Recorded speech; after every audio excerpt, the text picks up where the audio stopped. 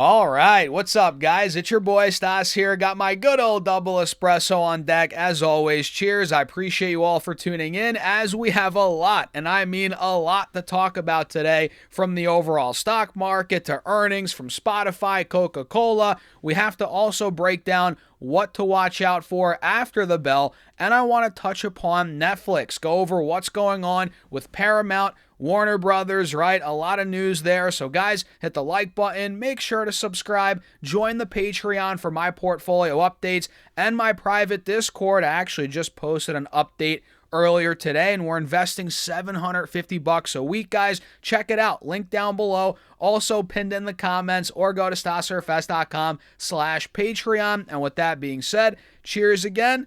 Let's get into it, man. Let's not waste any time. So right now, the only index in the red is the NASDAQ. And guys, the Qs are down, what, 0.01%? They're pretty much at break even. As SPY's up 0.14%. The Dow's up around 0.5%. Same with the Russell, a little less than 0.5%, 0.4% to be exact, in the green for the Russell. And SPY is clearly, messing around with these all-time highs. We're right there. We're at 695 right now. All-time highs on SPY are like, what, 700?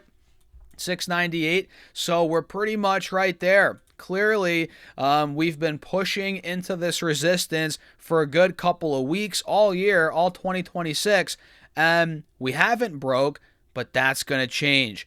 That's going to change here. We're going to break this resistance, in my opinion, very soon here. You're noticing it clear as day. I mean, this is an ascending triangle after all, kind of, right? So we're seeing the higher lows being made on SPY into that 695, 700 resistance. And again, it's only a matter of time. And the Qs, you guys can see here, started to break out. In fact, we hit all-time highs about a week or two ago, and then obviously we crashed, right? Whatever. It wasn't a crash, but we saw a decent sell-off, and now we're starting to recover, and the Qs are at a very pivotal spot on the charts, right at 615 to 618. Big resistance, man. And you can see right here, that was the high from earlier in February, about a week ago. We hit 618 on the Qs. If we can get through that point, we have a wide open gap to fill up to 630. Yes, and that could be, that would be a breakout for QQQ if it got from 618 to 630, especially if it took out 630. So stocks, although we're not seeing a screaming green day today, they're looking pretty decent, and we're approaching, we're there now, critical levels on these charts, to where if we were to break these spots, there could be even more upside. So I'm going to set an alert at 618 on triple Q, and we'll see where it goes from that point. And on SPY, let's go back to SPY.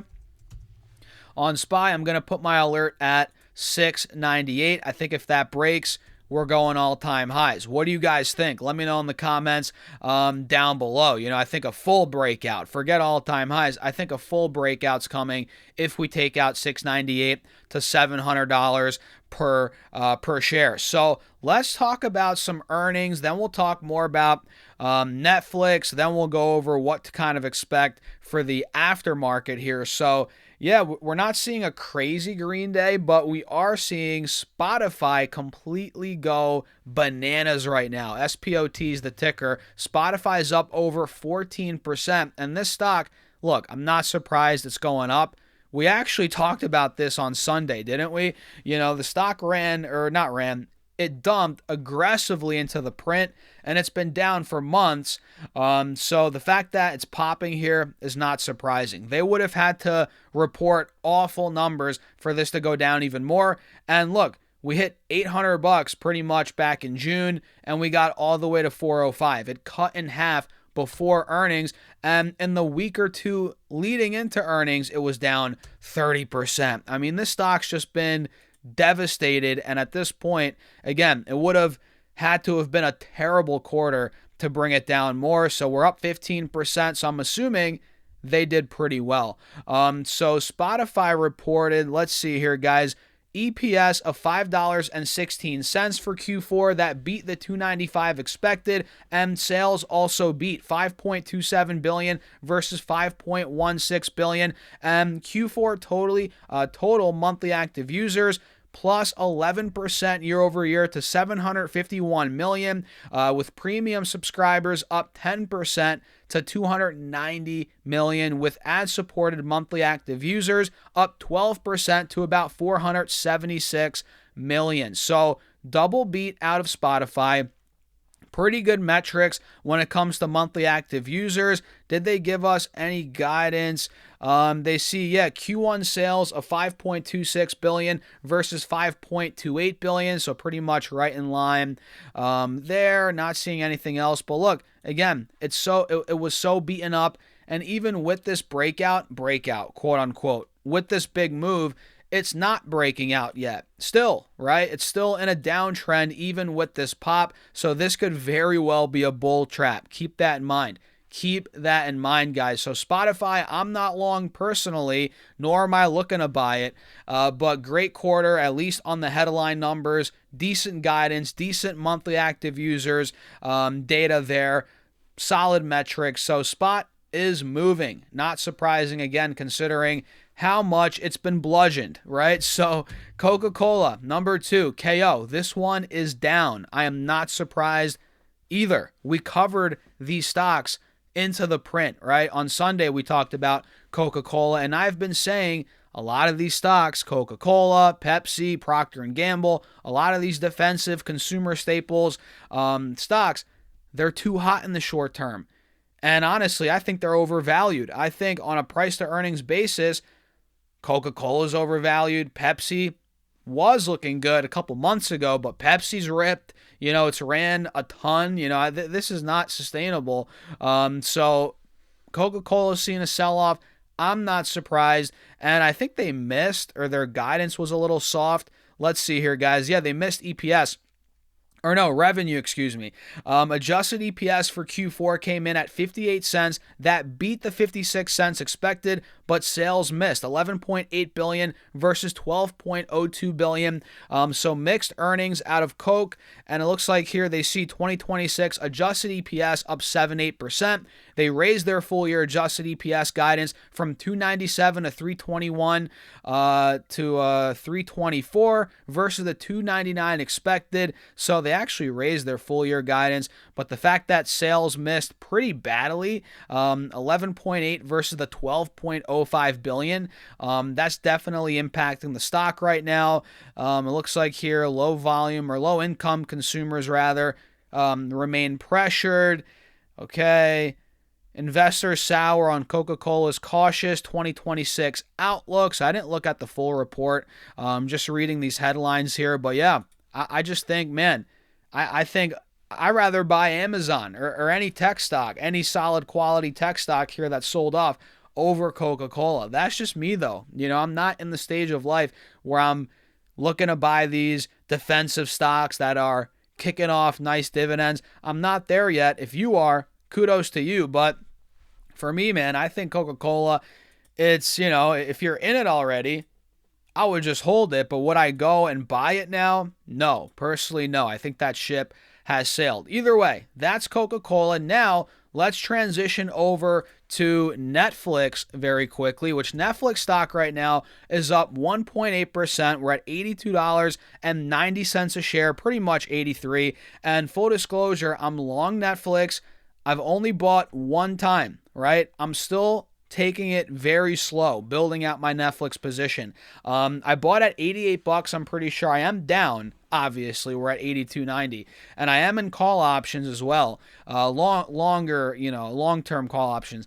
And at this point, guys, again, I'm taking it very slow. I'm building out my position, not in a week or two. This is I feel like we might be in a downtrend for a little bit more, or at least flat on Netflix for quite some time, or not even quite some time, maybe at least another month or two. So I'm slowly, building out the position. I bought a little bit, like I said, a couple weeks ago, and I'm looking to add more here. And we got some news regarding Paramount WBD. You guys can see Paramount actually is sweetening their WBD bid. You guys can see if we come down, let's run through this article very quickly. We can see the additional benefits of our superior $30 per share all cash offer clearly underscores our strong and unwavering commitment to delivering the full value WBD shareholders deserve for their investment. That is what David Ellison said, the CEO of Paramount.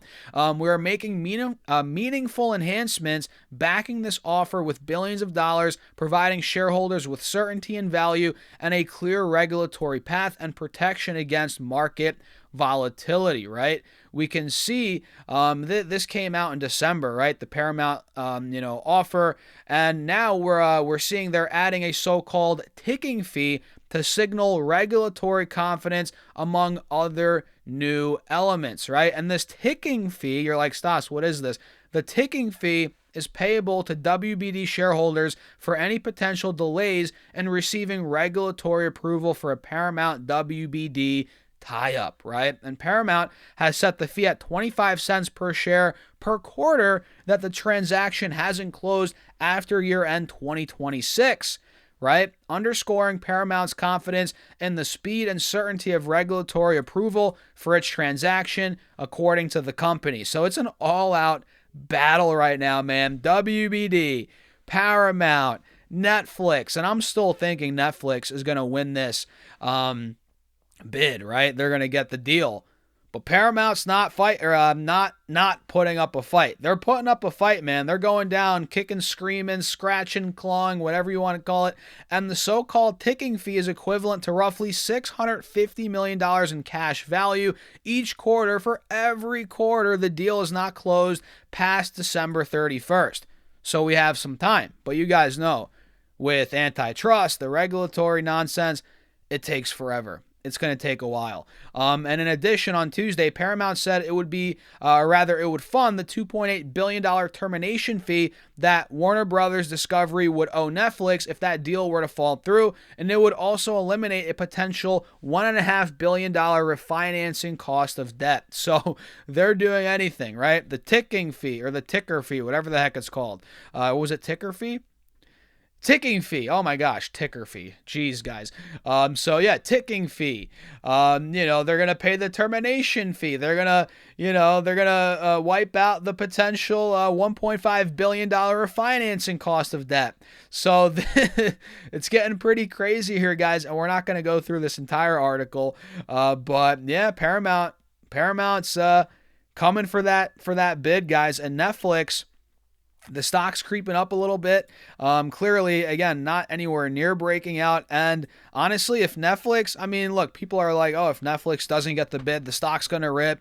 If they do get the bid, longer term, the stock's going to rip. But short term, it might still be, kind of all over the place because of regulatory and antitrust. I believe that. I think ultimately, man, if Paramount gets the bid, Netflix stock's probably going to go nuts. It's going to go up, most likely, because it's not going to have to deal with regulatory, the antitrust. They're not going to have to shell out, whatever it was, $80 billion or $70 billion. But, if they do get the bid, long-term IP, revenue, profits, cash flow, this is going to be great for Netflix long-term. I'm talking like 3, 5, 10 years out. But over the next year, right, it's going to be kind of a war zone with antitrust, regulatory. So it's like, either way, I think this is going to be good for Netflix. One scenario might be better for the short term, but one's better for long term. I don't know. What do you guys think about that? I'm long Netflix. And after the bell, I'm looking out for Ford. Ford's reporting earnings, and this stock is looking quite interesting where we have a wedge into the print. You guys see this could honestly break out if we get some good numbers. This looks pretty bullish, quite frankly, but we're not obviously getting the confirmation yet. I think if we take out $14, it could run. So they're after the bell today, guys. Watch out. Or wait a second. I was going to say, no, they didn't report this morning. They're after the bell today. watch out for that $14 spot to break. The chart looks pretty good on Ford. Robinhood. Robinhood is the biggest, or not, maybe not the biggest today, but they're the one that everybody's watching retail-wise in the retail community. And personally, I'm not long Robinhood, but I'm for sure watching it. You know, EPS, they're expecting 64 cents on average versus $1.01 from last year on revenue of $1.34 billion versus $1.01 billion from last year. They're expecting 32% revenue growth year over year. And will that be enough? Will the guidance be enough to push it through the downtrend it's been in for months? I'm excited to find out, guys. So what do you guys think? Let me know in the comments. We're in here for a good 15, 16 minutes, so feel free to hit that subscribe button. We're on the road to 100,000 subs, and I think 50% of you guys, in fact, I know 50% of you guys, based on my analytics, don't subscribe. You watch, but you're not subscribing. So if you're watching on YouTube, hit that subscribe button. If you're watching on Facebook, make sure to follow along. I appreciate you all for tuning in, and check out my Patreon for my portfolio updates. If you want to see how I'm building my portfolio with $750 a week, we're buying stocks, calls, puts sometimes, investments, all of that. We're trading. It's on Patreon, and there's also a private Discord if you're interested. And with that being said, check it out. Link down below, pinned in the comments, or go to stocksurfs.com/Patreon. I'll see you all in the next video.